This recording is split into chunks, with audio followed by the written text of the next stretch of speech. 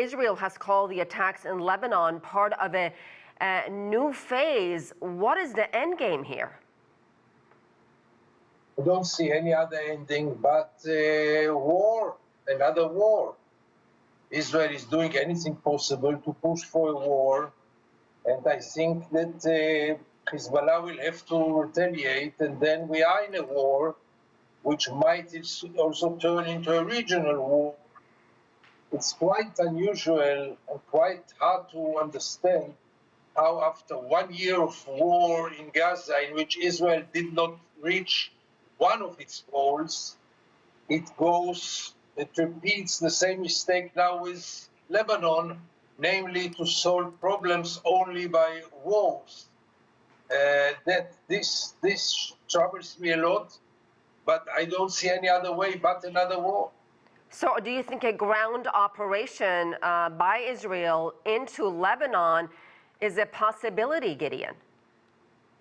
It's not only a possibility, it's quite a probable possibility, because otherwise we will be stuck in the middle. I mean, those air bombardments and those Hollywood operations of blowing up all kinds of devices don't reach anything. If you really want to reach something, you have to get into Lebanon, yes. So we've got the targeted killings on top of the pager and walkie-talkie explosions that killed some 37 people, including children. How does this get Israel to accomplishing one of its main missions, which was getting its hostages back? And what does this escalation do in terms of talks on a potential ceasefire for Gaza? We're almost 1 year into this nightmare. Very good questions, and it doesn't serve any purpose except of showing the Israeli capability, and maybe making some Israelis happier and more proud after a terrible year, seeing that Israel still has those capabilities. As for the ceasefire, it was stuck much before those operations, because Israel is not ready to put an end to this war right now in Gaza. And that's the core of everything. That's the core also of what's going on in the north, because Hezbollah was very clear, saying that if there will be ceasefire in Gaza, Hezbollah is ready to stop the fire. So it's all about Gaza, and in Gaza we are stuck with a resistance of Israel to put an end to the war and to withdraw all the troops out of Gaza. And as long as this is the case, nothing can be achieved. So is there any kind of off-ramp for de-escalation at this point, Gideon? No, because the international community is very passive, and the United States is extremely passive, arming Israel and supplying Israel with ammunition, and at the same time force Israel to stop the war. But this is just a bad joke, because you don't arm an army which you want not to fight. I mean, if you don't want this army to fight, you don't supply it with ammunition and arms in an unconditional way, and that's exactly what the United States is doing. There is no other definition but hypocrisy. So Israel says it's doing all this to make sure other attacks against Israelis don't happen. It says the operation Gaza is aimed at eradicating Hamas after the brutal attacks of October 7th.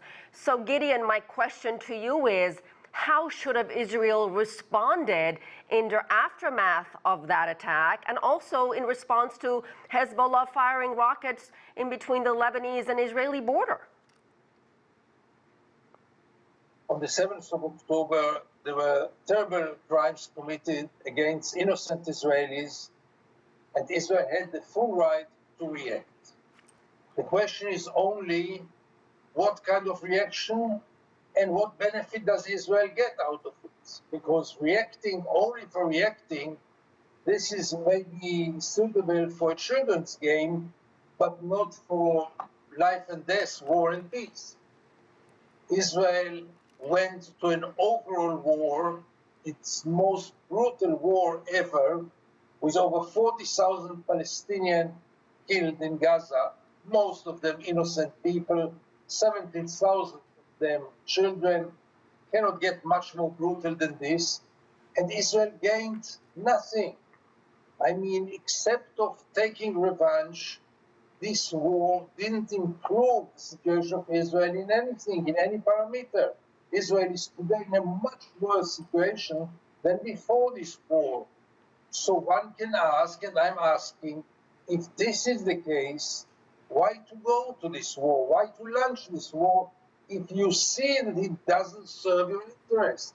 Just for the killing, just for the destruction? I think it was a major mistake to go for this war. And same is relevant now to Lebanon. The only thing with Lebanon is that there is a very simple scenario to prevent this war, namely to sign a ceasefire agreement in Gaza, because Hezbollah, as I say, is committed to stop the fire once the fire will stop in Gaza.